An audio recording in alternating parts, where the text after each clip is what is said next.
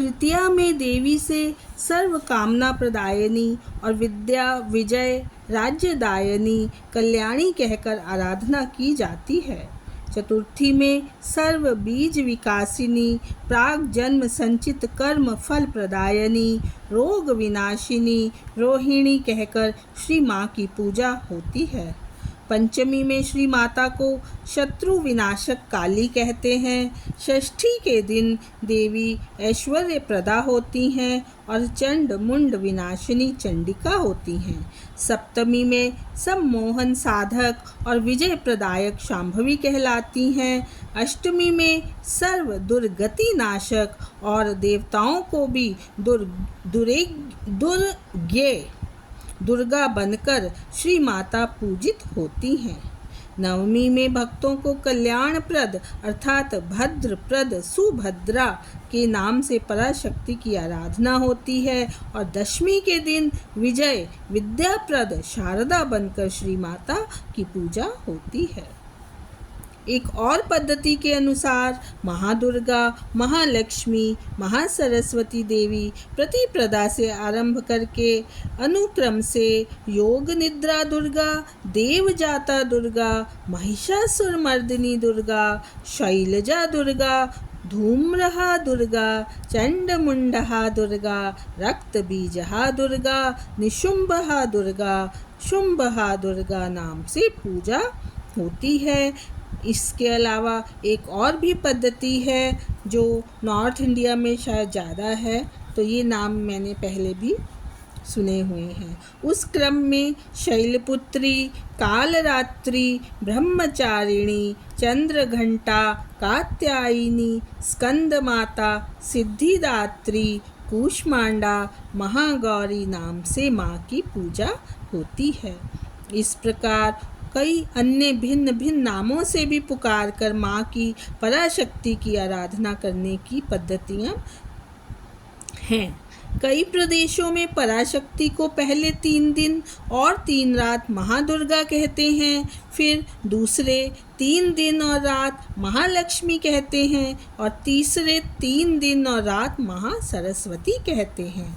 लेकिन इन सभी पद्धतियों में 7वें दिन मूल नक्षत्र में महासरस्वती का आवाहन होता है और 10वें दिन श्रवण नक्षत्र में माँ का विसर्जन होता है।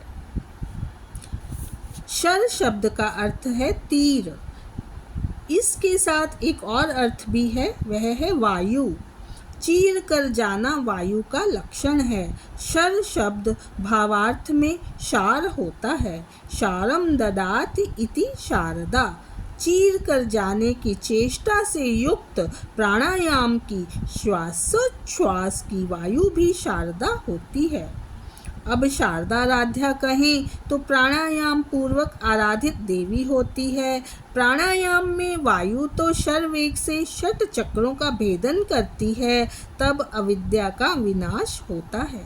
अविद्या का नाश होते ही राक्षसों का संहार है। मूल नक्षत्र में ज्ञान घन सरस्वती की स्थापना और पूजा है।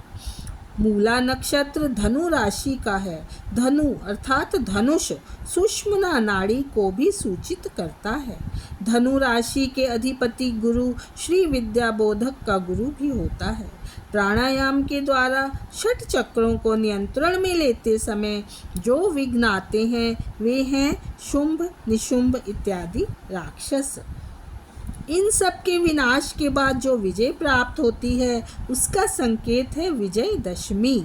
उस दिन बाह्य रूप से महासरस्वती के विसर्जन का अर्थ है स्वयं सरस्वती बनना अथवा अंतरंग में सरस्वती होना तथा स्वयं ज्ञान घन हो जाना।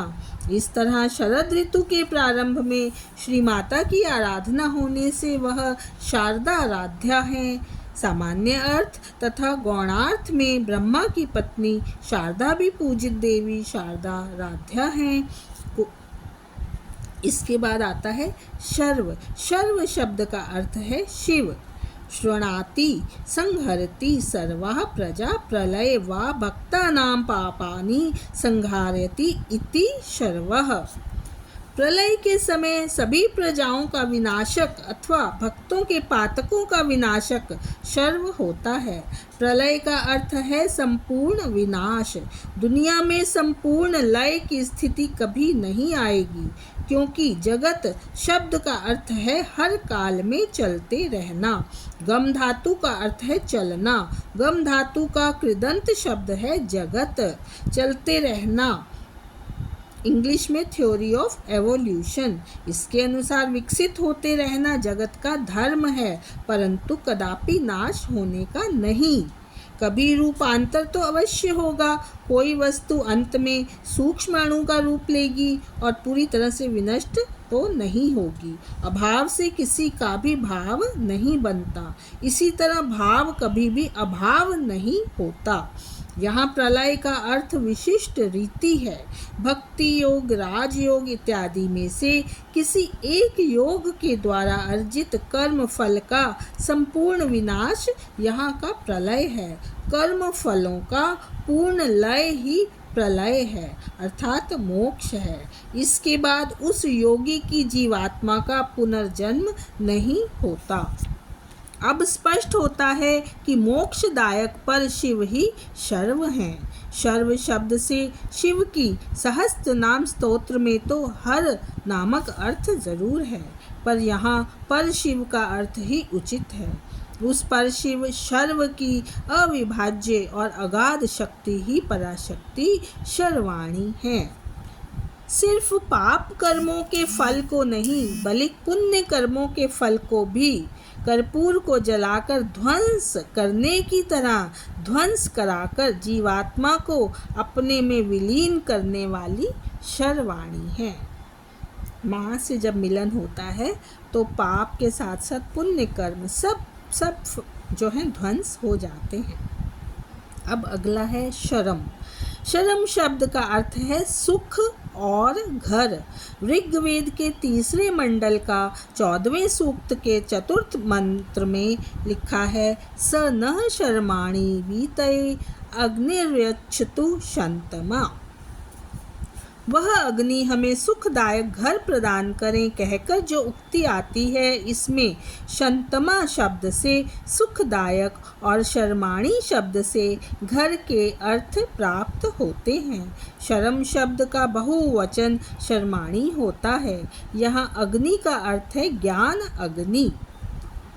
शम जमा तम अर्थात अत्यंत मंगल कर शर्माणी ग्रहों को अर्थात कैवल्य को पाने की इच्छा यहाँ अभिव्यक्त है। यह प्रार्थना करने वाला ऋषि है ऋषभ वैश्वामित्र।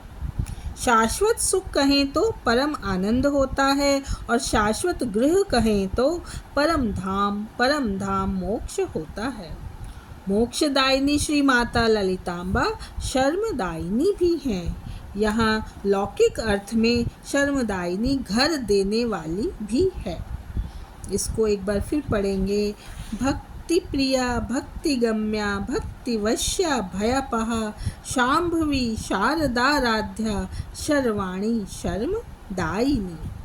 ओम श्री मात्रे नमः।